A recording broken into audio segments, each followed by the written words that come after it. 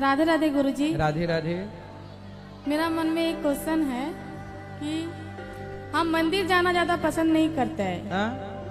मंदिर जाना ज्यादा पसंद नहीं करते हैं क्योंकि मंदिर में किसी मंदिर में जाते हैं तो देखते हैं पुरोहित सब दान कितना दे रहे हैं, यही में ज्यादा नजर देते हैं, भगवान पे कम देते हैं। तो भगवान तो कन कन में है, तो हम घर में ही पूजा करते हैं, मंदिर कम जाते हैं, तो ये गलत है क्या सही है? मंदिर कम जाओ या ज्यादा जाओ फर्क नहीं पड़ता। भगवान से आपका प्रेम कितना, भगवान मंदिर जाने से नहीं, भगवान से प्रेम करने से प्राप्त होते हैं। सच्चा प्रेम हो भगवान से। और आप मंदिर इसलिए जाते हैं, मंदिर इसलिए बनाए गए हैं ताकि हम वहां जाएं। मंदिर में एक पॉजिटिविटी ज्यादा है। आपको दान पुण्य नहीं करना या नहीं उलझना तो आप दूर खड़े होकर अपना दर्शन लाभ लीजिए बस। नहीं, दान पुण्य नहीं करना ये बात नहीं है, हम तो अपने मन से करते हैं। हाँ। लेकिन कोई पुरोहित बोलता है इतना दिया है, इससे ज्यादा देना चाहिए, ये बात हमको नहीं पसंद। जरूरत नहीं है, किनारे जाके केवल दर्शन लाभ लो, बातों में उलझने की जरूरत नहीं है। बोल देना भैया हम अपनी श्रद्धा से जो करना चाहते हैं करेंगे, आप हमें दर्शन करने दीजिए। ठीक है। हमारे यहाँ तो ऐसा नहीं है। बिहारी जी के मंदिर में जाओ, राधा रमन जी के दर्शन करने जाओ, जगन्नाथ जी जाओ, कोई परेशान नहीं करता। खूब दर्शन करो, जब मन करे दर्शन करो।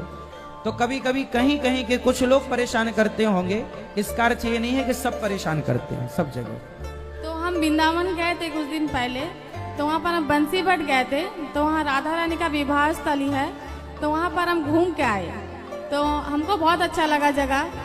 तो हम आके यहाँ सबको बताए कि ये जगह है, तो सब बोलने लगा कि ये तो पैसे के लिए बनाया गया है, लेकिन मेरा मन नहीं बनता कि ये पैसे के लिए बनाया गया है। ना ना, वहाँ पैसे के लिए कुछ नहीं बनाया गया, सब नेचुरल है। कोई जाता है तो वहाँ कोई ये नहीं कहता कि आप यहाँ पैसे दो, है ना। वहाँ सारी चीजें नेचुरल है। वहाँ वो वृक्ष है जो मंडप के आकार का है, नेचुरल। अब उसे कौन बनाएगा? अब मेरा बचपन से इच्छा था, इसलिए राधा रानी के कृपा से हम घूम के आए हैं। अच्छा, खुश रही। पीछे ले जाओ माइक, पीछे वो बहन है, पीछे दे दो, इन्हीं को दो, इन्हीं को दो। जय श्रीमान नारायण, जय जगन्नाथ। राधे राधे गुरु जी, आपके चरणों में मेरी कोटि कोटि प्रणाम। मैं एकदम नर्वस हो गई हूँ आपके साथ कथा बोलने के लिए। गुरुजी, मेरा पति आपके कथा नहीं सुनते हैं, यही मेरा कंप्लेन है। बात कराओ पति से। प्रणाम गुरुजी। राधे राधे। आप कथा नहीं सुनते हैं? एक्चुअली कथा सुनना है तो कारण कुछ नहीं है, मैं सुनता हूँ, सब चीज सुनता हूँ। प्रेमानंद महाराज जी का, बागेश्वरी जी धाम जी का, धीरेन्द्र शास्त्री जी का। आप कथा सुनता नहीं हूँ, मतलब सारे कथा सुनता हूँ, मतलब सारांश सब एक ही है। तो जब तो आपने कथाओं से क्या सीखा? कथाओं से मैं एक ही सीखा हूँ। मैं अभी जो मतलब गृहस्थ आश्रम में हूँ, तो गृहस्थ आश्रम का जो धर्म निभाना है वो ही निभा रहा हूँ। हाँ, सही रास्ते पर चलिए। सत्संग करने का अर्थ ये है, कोई भी संत हो वो सब आपको यही बताएंगे कि आप हमेशा सत्य के रास्ते पर चलिए। हाँ, सिंपल। हाँ। चाहे आप किसी की बात मानो, पर चलना सत्य के रास्ते पर। हाँ। राधे राधे। गुरुजी, मेरी माँ नॉनवेज नहीं छोड़ते हैं। मैं जब फोर्स करती हूँ छोड़ने के लिए तो बोलते हैं कि तू जाके गुरुजी के पूछे कि अगर गुरुजी बोल देंगे उधर से कि मैया छोड़ दीजिए, मैं क्या?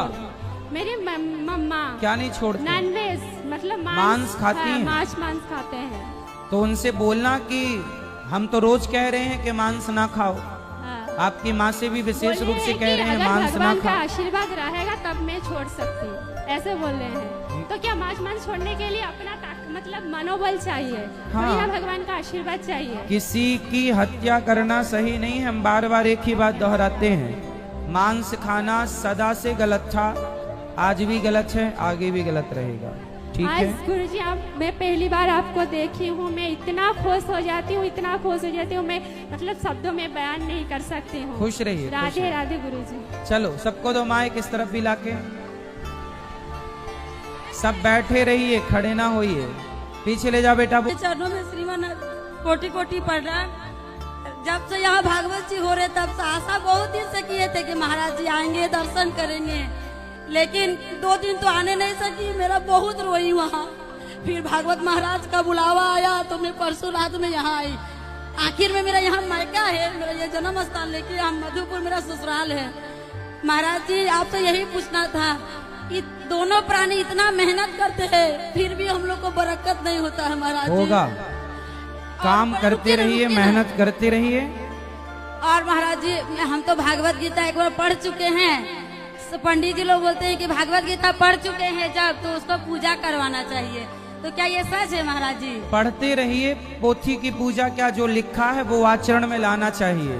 पूजा करने से क्या होगा, जो लिखा है उसे चरितार्थ करो। महाराज जी और एक क्वेश्चन महाराज जी, बोले तो मेरे भैया के लिए लड़की पार्टी बहुत आते हैं लेकिन एक भी उनका रिश्ता नहीं लगता है महाराज। लगेगा, चिंता न करिए। हाँ बोलो। आपके चरणों में प्रणाम। बोलो, क्या कहना चाह रहा बच्चा? बच्चे बोल रहे हैं ना कि आपने बताया है कि भक्त को परेशान करने से भगवान उन्हें दंड देते हैं। ठीक है, तो यदि दो भक्त ही आपस में लड़ने लगे तो क्या करेंगे भगवान? तो जो आपस में लड़े वो भक्त हो ही नहीं सकते, जो भक्त होंगे वो आपस में लड़ेंगे ही नहीं। सिंपल है, जो भक्त होगा बेटा वो लड़ेगा ही नहीं। गुरुजी, हम आपके बताने पर आपने कहा कि नौकरी लेने वालों में नहीं, नौकरी देने वालों में लाइन लगी है। हमने ये सुन के दुकान में काम करना छोड़ के खुद का दुकान किया। अच्छा, और अभी 5-6 लड़की को काम करवा रही हूँ। अच्छा, खुश रहो। ये बच्चे को दो जिसके सब लोग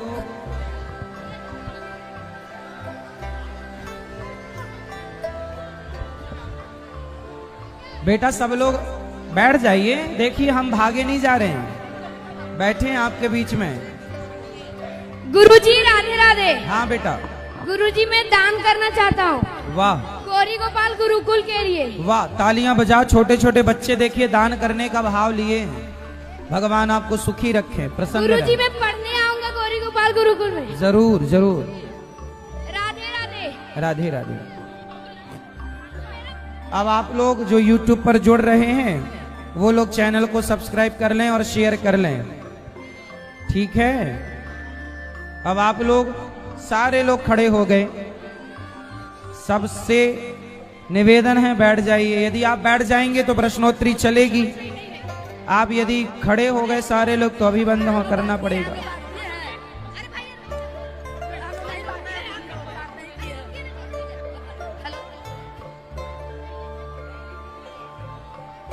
सारे लोग इस तरफ ले आओ माइक, इस तरफ के लोग बैठे हैं, इस तरफ के भक्त खड़े हो गए हैं, बैठ जाओ पहले। इस तरफ भक्त जो बैठे हैं वहां लाओ। आप खड़े हो जाओ, खड़े हो जाओ बेटा। हाँ, आप सब लोग बैठे, आप बैठे रहो। वो बच्चा खड़ा है उसको दो माइक। आप मैया बैठो मेरी माँ। वो बच्चा खड़ा पीछे, बेटा यहीं। मैया बैठो, चलो बोलो। राधे राधे महाराज जी। राधे। आप लोग बैठोगे तो प्रश्नोत्तरी चलेगी, सारे खड़े हो जाएंगे तो बंद करना पड़ेगा। बोलो। महाराज जी, कर्म बड़ा होता है या भाग्य बड़ा होता है? क्या हम अपने कर्म से भाग्य को गढ़ सकते हैं या उसे बना सकते हैं? कर्म से ही भाग्य का निर्माण होता है। तो हमारे पिछले जन्म के कर्म से क्या भाग्य खराब हो सकते हैं? हाँ, आप आज किसी को एक थप्पड़ मार दो तो वो आपके आज का कर्म कल आपके भाग्य में कोई एक थप्पड़ मारेगा। आज आप मारोगे तो 10 साल 20 साल बाद वो थप्पड़ आपके गाल में वापस आएगा, कोई भी मारेगा। तो वो आज का कर्म ही कल का भाग्य। अब कहो हमारे भाग्य में थप्पड़, क्योंकि तुमने भी जड़ा था किसी को। तो जो आज करोगे, पेड़ बोए बबूल का, आम लगाओगे तो फसल भी आम की होगी। आम का कर्म करोगे, पौधा लगाने का कर्म, तो फसल किसकी आएगी? आम की। तो आप जैसा कर्म आज कर रहे हैं वैसा ही भाग्य के रूप में आगे आपको मिलेगा।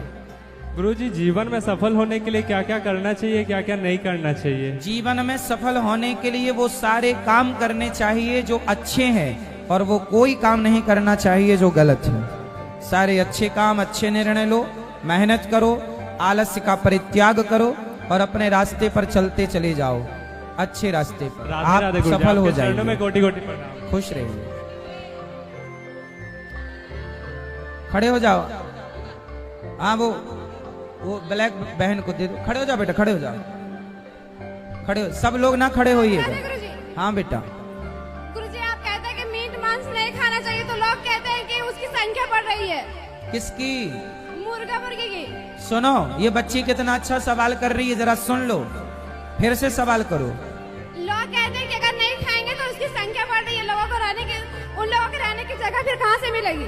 तो उनसे बोलो कि जनसंख्या तो मनुष्यों की भी बढ़ रही है, तो अपने दादा दादी को खा जाओ, अपने बच्चों को खा जाओ, उनकी भी तो जनसंख्या बढ़ रही है। पहले केवल 40 करोड़ भारतीय थे, आज 140 करोड़ हो गए।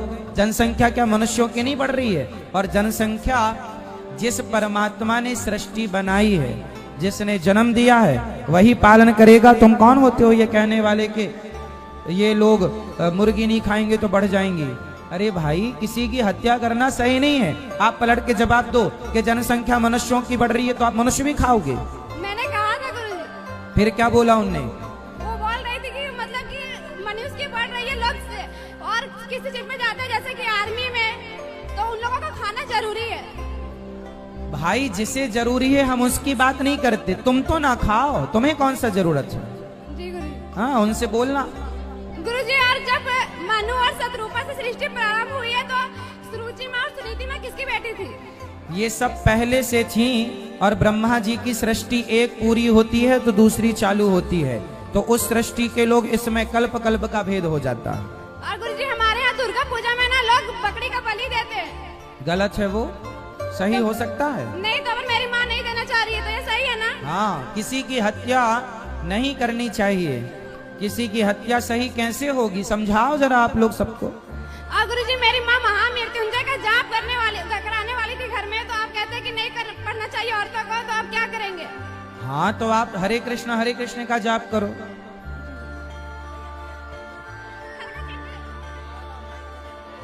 हाँ, आएंगे, आशा रख पगली। सबका प्रश्न होगा, कल भी होगा, परसों भी होगा। राधे राधे महाराज राधे जी, राधे राधे राधे। आपके चरणों में मेरा कोटि कोटि प्रणाम जी। मेरा एक छोटा सा प्रश्न है गुरुजी। हाँ, मेरा घर में लड्डू गोपाल जी का पूजा होता है, उसका भोग लगता है, तो हम लड़की लोग जब मासिक धर्म में होता है, अगर घर में मेरे सिवा और कोई नहीं, मेरा हस्बैंड पूजा देता है, मगर उसको भी काम से बाहर जाना पड़ता है 2-3 दिन के लिए, तो अगर हम लड्डू जी को तब सेवा दे सकते हैं? यदि घर में कोई पुरुष वर्ग हैं तो वो कर लें उन दिनों में, बाकी आप मानसिक पूजा कर लो। मगर मैं प्रसाद भोजी हूँ, तो भगवान जी को भोग लगाकर फिर वो प्रसाद पाती हूँ, तो उन दिनों में मासिक धर्म जब हो, उस समय भगवान को दूध का भोग लगा देना चाहिए, फल का भोग लगा देना चाहिए। तो मैं उसको स्नान करा सकता हूँ? नहीं, पति स्नान कराए ना। मगर वो 2-3 दिन के लिए बाहर जाए तो बच्चे स्नान कराएं। मैंने मेरा लड़की का भी मासिक चालू हो गया, तो इसलिए दोनों एक टाइम में प्रॉब्लम। बेटा नहीं है? बेटा नहीं, वो गबल जी ही मेरा बेटा है। अच्छा, तो ठीक है, फिर इस स्थिति में आप भगवान को मानसिक पूजा कर लिया करिए। धन्यवाद गुरुजी। राधे राधे। खुश रहो।